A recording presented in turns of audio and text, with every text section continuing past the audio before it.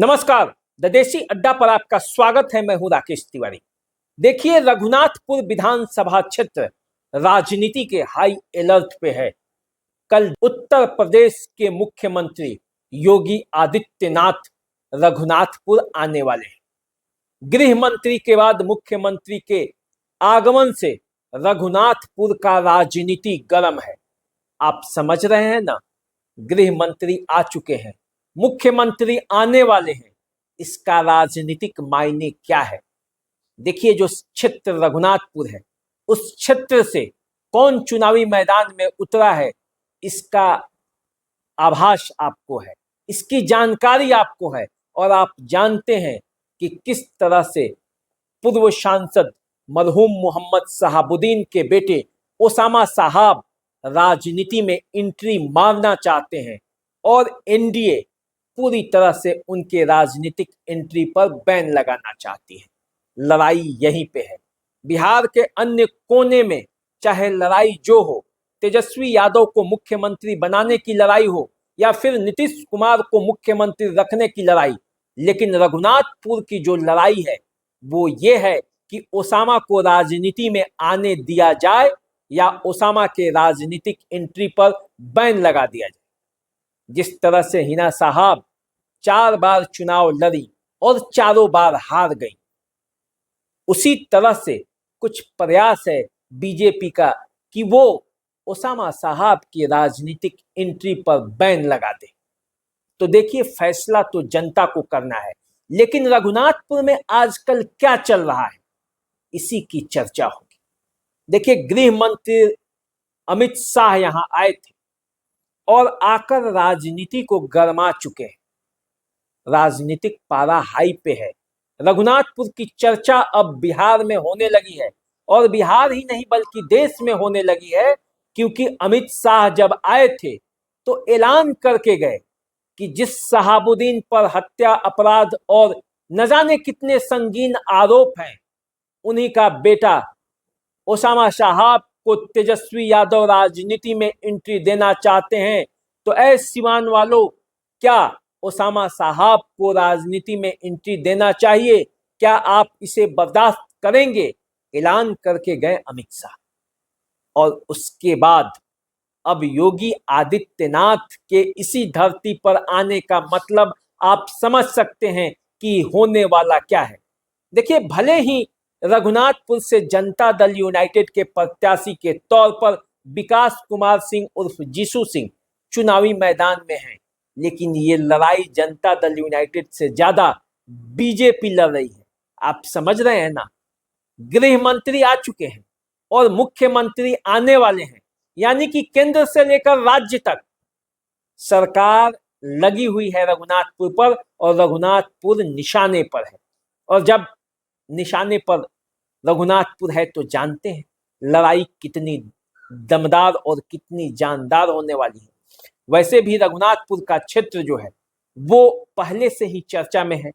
चर्चा में इसलिए है कि तेजस्वी यादव ने सबसे पहले जब ओसामा साहब और हिना साहब को मिलाया, फिर से आरजेडी में घर वापसी हुई, तब से ही रघुनाथपुर से ये ऐलान कर दिया था कि ओसामा साहब की राजनीति में एंट्री होगी और वो रघुनाथपुर से चुनाव लड़ेंगे।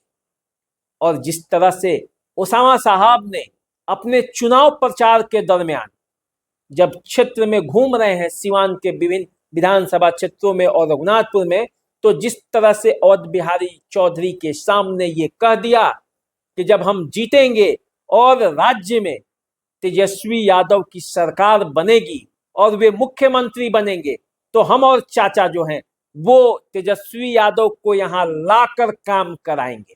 अब ये वायरल हो रहा है रघुनाथपुर इलाके में। रघुनाथपुर ही नहीं बल्कि बिहार में आप ये कहे तो ये ओसामा साहब का बयान जो है वो वायरल हो रहा है।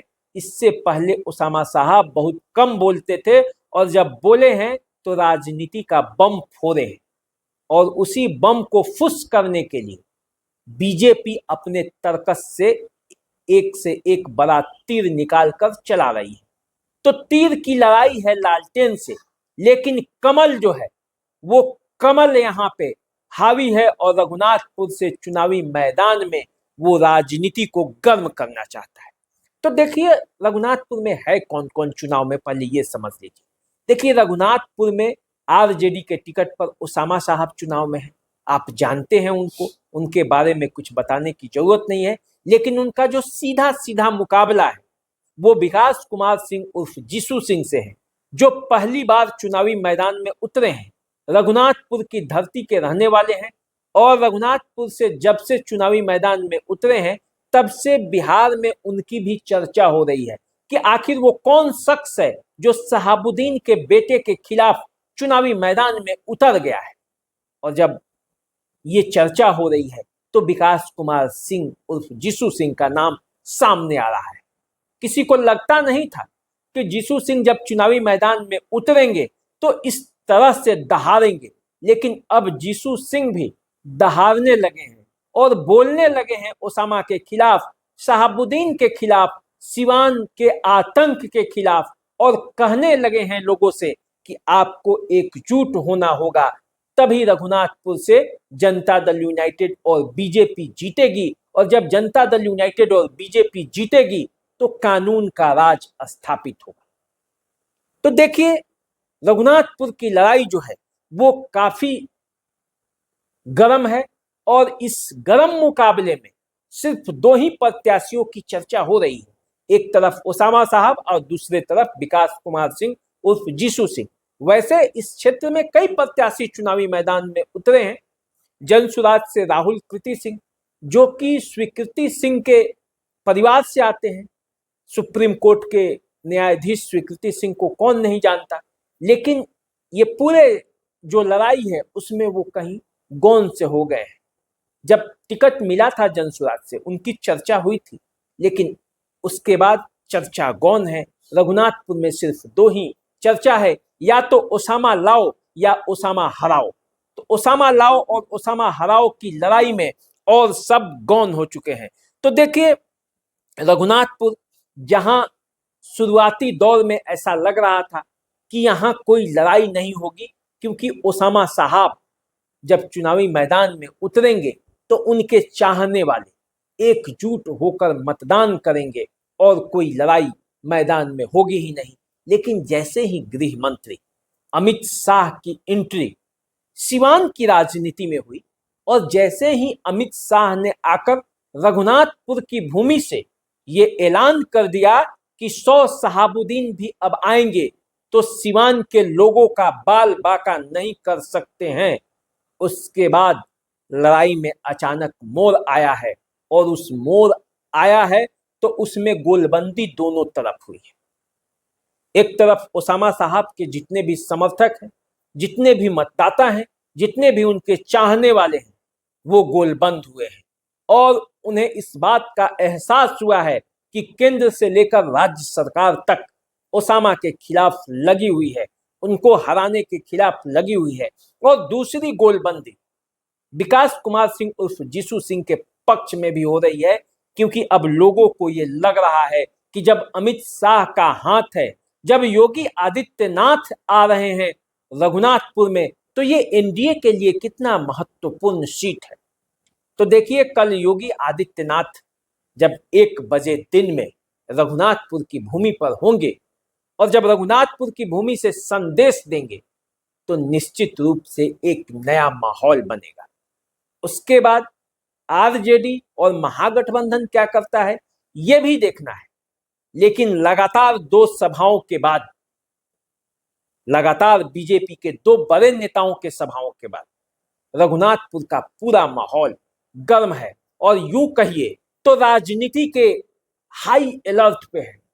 मैं ये इसलिए कहता हूं क्योंकि पूरे बिहार में जिस एक बात की चर्चा हो रही है कि शहाबुद्दीन के बेटे जहां से चुनाव लड़ रहे हैं उस क्षेत्र का परिणाम क्या होने वाला है।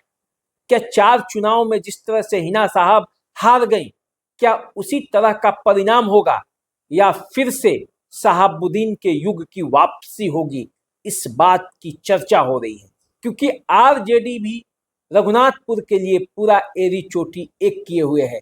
तेजस्वी यादव से लेकर बड़े बड़े जो महागठबंधन के नेता हैं वे भी रघुनाथपुर पर नजर रखे हैं और कहा तो ये भी जा रहा है कि 3 तारीख को यहाँ अखिलेश यादव भी चुनावी मैदान में उतरेंगे और ओसामा साहब के पक्ष में बयान देंगे, ओसामा साहब के पक्ष में मतदाताओं को जगाएंगे और रघुनाथपुर की धरती से ऐलान करेंगे कि महागठबंधन को जिताना है और बिहार में तेजस्वी को मुख्यमंत्री बनाना है।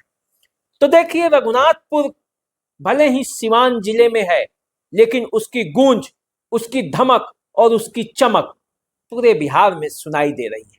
उत्तर बिहार का वो से क्षेत्र जो सबसे ज्यादा चर्चा में है, वो क्षेत्र रघुनाथपुर है और रघुनाथपुर को राजनीति का प्रयोगशाला बना दिया गया है, क्योंकि बीजेपी और जनता दल यूनाइटेड यही एक क्षेत्र है जहां पूरी तरह से यूनाइट होकर विकास कुमार सिंह उर्फ जीसू सिंह के लिए काम कर रही है। हालांकि कहा जा रहा है कि मनोज सिंह, जो कि पिछला चुनाव यहां से एलजेपी के टिकट पर लड़े थे, वो क्षेत्र में नहीं जा रहे हैं।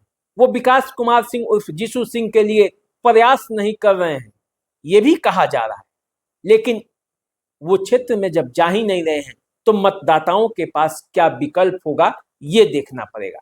तो कुल मिलाकर ये कहा जा सकता है कि महागठबंधन के वोटर जहां एक तरफ ओसामा साहब के लिए गोलबंद हो रहे हैं, वहीं दूसरी तरफ एनडीए के वोटर विकास कुमार सिंह उर्फ जीसू सिंह के लिए गोलबंद हो रहे हैं।